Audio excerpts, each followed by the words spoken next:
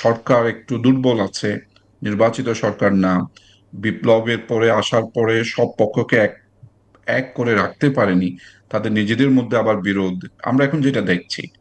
এখন দেশকে এগিয়ে নেওয়ার জন্য তো সবচেয়ে বড় প্রয়োজন ছিল রাজনৈতিক দলগুলো বসে এক হবে। একেবারে যদি ন্যূনতম 10টা বিষয়ে যদি তারা একমত হন, তাহলে আমরা সেগুলি সংস্কার করব। কিন্তু এখন তো দেখছি আমরা সব স্বার্থের খেলা চলছে, সব রাজনৈতিক দলই তাদের নিজেদের স্বার্থ নিয়েই খেলছে। তাহলে স্পিরিটটা তো, বিপ্লবের স্পিরিটটা তো থাকছে না, এবং সেটা তো নষ্ট করছে আসলে রাজনৈতিক দলগুলোই কিন্তু।